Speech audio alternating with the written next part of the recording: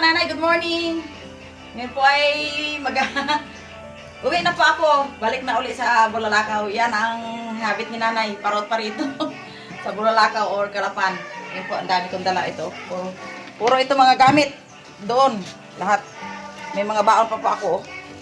Yan, baon ko. Pinabaon ni Brother Ed ito. Tsaka yung kasi ang iba nito ay mga pataw at mga nylon na gamit sa aming lambat ni Sister Mary. Ayun po, ako iuwi na. Yan. Standby lang po kayo dyan, mga kananay. At ako iuwi na. Puntang Bulalakaw. Stay. Happy lang po tayo. Okay. Kananay, dito na po ako sa pier ng Kalapan. Gaantay po ako ng sasakyan na Ruro. Puntang Occidental. Po ang Ruro na sakayan ko po mga kananay. Inatid po ako ni Brother Ed dito sa Kalapan Pier. Yan. Ang dami ng mga sasakyan na aalis paluwas papuntang Batangas. Hello po mga kananay. Nakasakay na po ako dito sa Ruro. At hintay na lang po ng pasahero galing sa barko punta rito.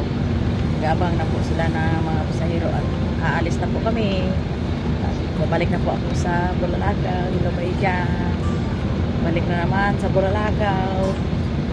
Ilang araw na naman makapunta ng dito sa Kalapan kay Brother Ed. Doon na naman ako magpasaway or hindi naman. Magtrabaho naman or magatulong sa mga kung sino na kailangan ng mga bata. Okay. Enjoy lang tayo. Ride lang. Basta masaya lang tayo araw-araw. Walang problema. Okay, po kami sa taas.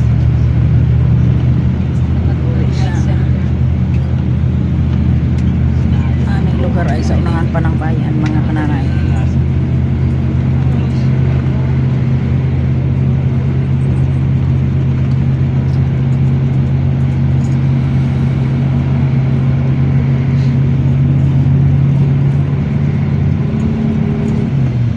Dito na po ako mga kananay sa Bulalakaw ulit sa tapat ni Kasister. Yan yung aking mga apo nagsundo sa akin. Yan. Ay mga kananay, magandang hapon na po ako nakarating dito mga 5 o'clock. Umalis po ako doon ay 7 AM in the morning. Kaya matindi ang biyahe namin. Alis ko doon ay sobrang init. Pagdating ko naman dito, grabe ang ulan. Kaya ganito lang ka, kahit isang lugar po kung talagang ang panahon ay hindi mo masigurado. Ngayon po ay pupunta na po ako doon kay Jen kasi may mga binili ako mga gamit niya sa pagluluto at ang iba po ay gamit niya sa amin araw-araw. Okay, punta na po ako doon.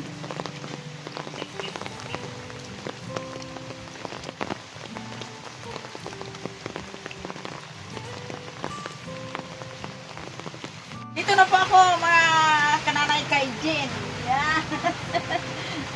Ilang araw din ako nawala dito. Parang 4 na araw o 4 days na nawala ako dito. Bakasyon lang si nanay. At ngayon po ay dito na ako uli at may mga dala ako mga gamit niya. Yan. Abutan niya ako, nagabasa-basa. Oo.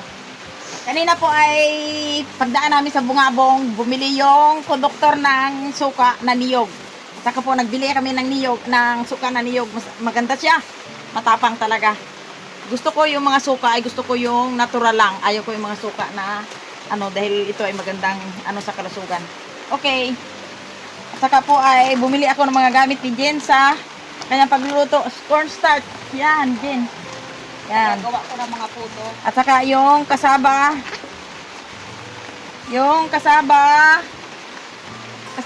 powder. Bumili ako. Hindi ko alam kung anong gawin niya nito. Basta't bumili na ako. At saka yung bumili rin ako ng lihiya. Yan, lihiya. Para sa puto kutsinta. At saka po bumili ako ng maraming kalumit. Kasi ito ang niya talaga. Karaniwang ginagamit. Yan. Saka bumili din po ako mga kananay ng aming mga nylon ni Jen na gagamitin namin sa pagpangisda sa biki. Yan. At saka po Ito po, nagbili po, ito po kahapon po namasyal ako doon sa kaibigan ko sa Calapan. Shout out po kay Ma'am Susan Gutierrez ng Calapan. Ito po, binigyan ako ng 2 piling na saging at 1 piling po ay dinala ko dito. Yan. Yan po lahat. May merindahin kami ni nanay. Okay. At saka po ay mamaya-maya may unboxing ako sa inyo na parang maliit lang pero mas malaki ito sa amin. Yan. Ito po mga kananay.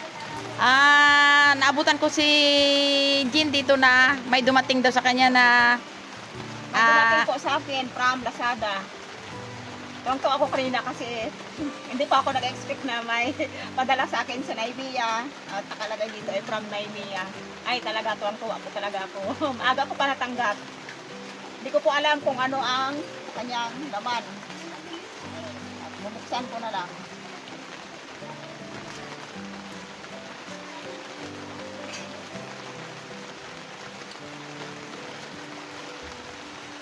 Gamitin ko na ang plastic. Yan.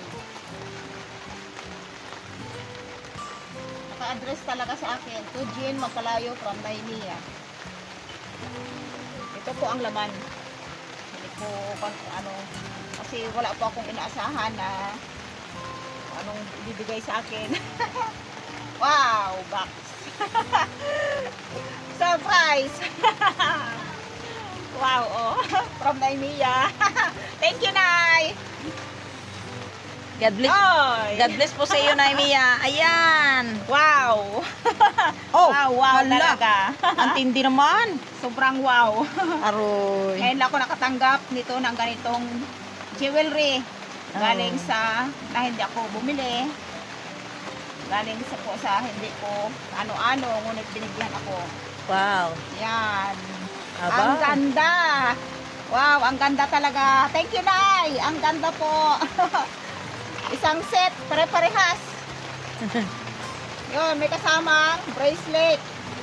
Ito po, tsaka ayan, yung sing-sing niya. Aba, kumpleto, detalye. Ito. Bago ito yung necklace. Aba. At ito rin yung Earrings. Oh, ikaw, kumpleto. dalawang earring. Hi. Yan, titingnan ko nga. Wow, ang ganda nito. Ngayon ako nakatanggap nito sa buong Aroy. buhay ko. Ay, grabe. Ay, matindi, oh. Aroy. Yan. Ito rin po yung sing-sing. Hindi, sukat mo, be, sukat. Ito yung pulseras. Ngayon ako nakakuha ng ganitong pulseras. Oh, Hindi ko alam kung paano. uniform. Uniform. Wow, thank you, Nay. Thank you po talaga. Mm. Wow, ito ay pinaka, ano ko na, ano nga ang tawag niyan? Pinakakuan ko na hanggang sa aking pagtanda. Yung gamit na maituturing kong, ano nga yun? Souvenir. Yun, hanggang sa pagtanda ko, matago ko. Yan. Yan. Ang ganda. Wow, thank you po, Nay. Thank you talaga. Thank you, thank you. Ayan po, Naimia, talagang pag ikaw nagsabi ay, pag ikaw nagsalita ay tinutupad mo talaga. Kaya dito, Ibig sabihin, alam siguro ni Nanay. oh, alam ko na Hindi yon. alam. Kaya Kasi kaso lang, hindi ko alam kung kailan darating. Hindi ko po alam talaga. Oh. May darating akong ganito. Kaya po, Naimia, ay ang masabi ko lang ay God bless po sa buong pamilya mo at napakaswerte kaming pamilya na Napakaswerte ko, nakatanggap ako ng ganito na hindi galing sa kamag-anak ko, talagang napakaswerte ko, super talaga ang swerte. Super blessed. Thank you, Nay. God bless po sa God inyo. bless po sa iyong pamilya Thank you po, at lalo na Tatay. sa iyo, God bless po. Naimia, at talagang ano ka talaga, talagang tapat ka sa iyong sinasabi. Hindi po alam ito ni Jen kasi ako po ngayon ay Ito alam talaga. karating ko lang galing Calapan. At ayun po, Naimia. Ayan po mga kananay, pagtapos namin ng unboxing ni Jen or ano yung mga dinala ko at saka yung regalo ni Naimia ay pinakain niya ako. At ngayon po pinaghain siya at ang ulam niya ay masarap. Yung puso na may saluyot with alimasag. Ayan mga kananay. Ayun po. Ayos, kain po tayo. Thank you, Lord, sa mga pagpapala sa araw-araw sa pangalan ni Jesus Christ. Amen. Kain tayo mga kananay. Sarap ng ulam ni Jean. Yan. May saluyot. Ito po ang paborito namin dito sa probinsya. Ang saluyot.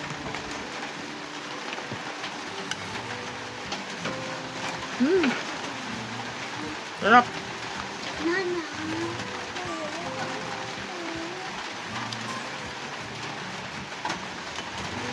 Kain tayo.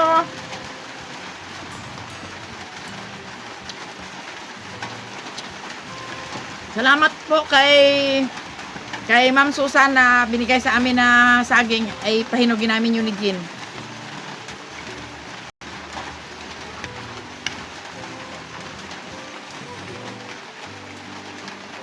Nemia, maraming salamat sa iyong pangako na dumating kay Jean.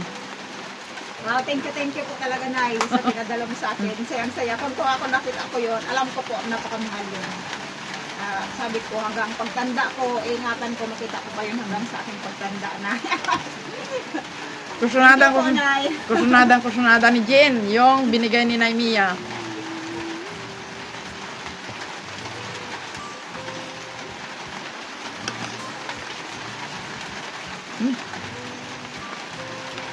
Ano ito, Jing? Bagoong? Bagoong na din. Matabang sa inyo na din. Hindi man. Ito. Maganda rin ang bagoong eh. Kaso lang wala ano. Eh, Ding! Ang maganda nito, lagyan kaunting suka. Yun, Ding mo. Ay, suka ko sa gusto mo lang na din. Ganda, lagyan mo ng kaunting suka, Ding.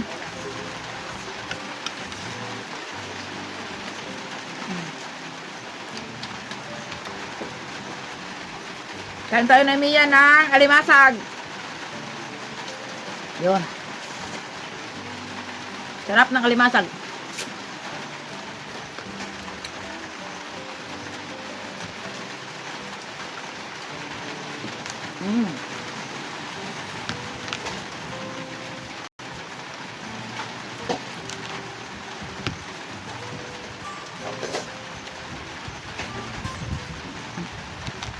Yan, kunti lang, kunti lang. Yan lang. Yun. Sarap.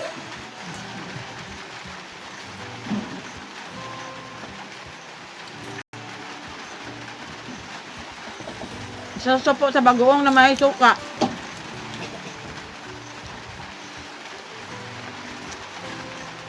Hindi pag i-orienting, ganda mo. Butang na kami. Tapos ng suka.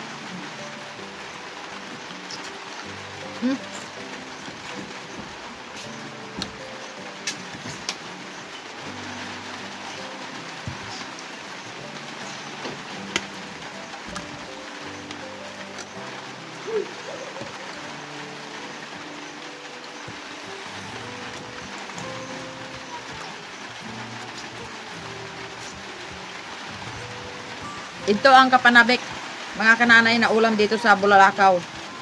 Halos lahat dito ng pagkain ay fresh.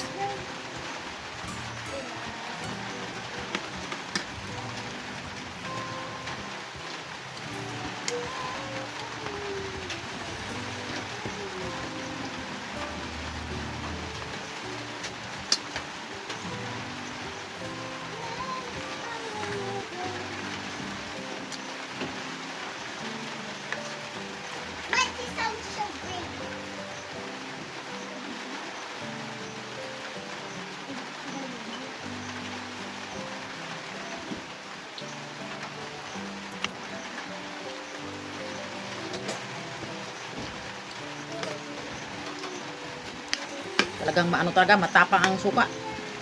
Ganda din ang lasa ng suka. Maraming sili doon, no? Sinabak. Bago may ano, may tawag yan, may bawang. May bawang, sarap yun.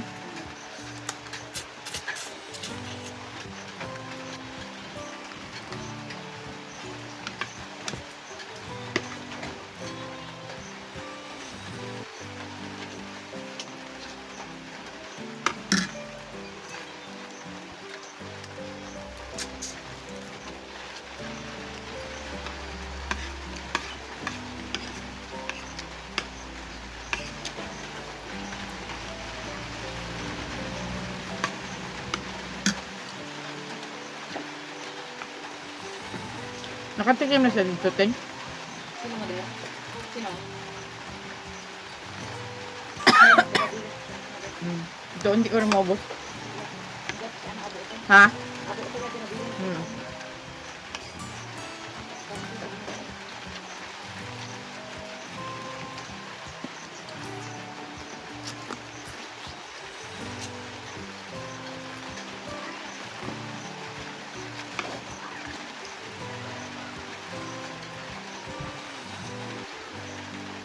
Hmm.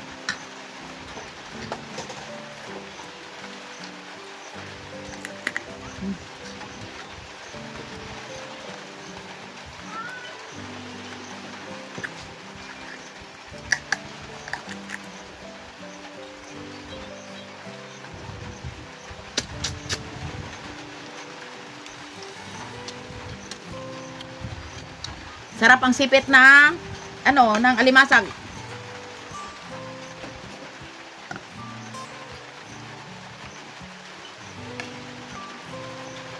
Mm.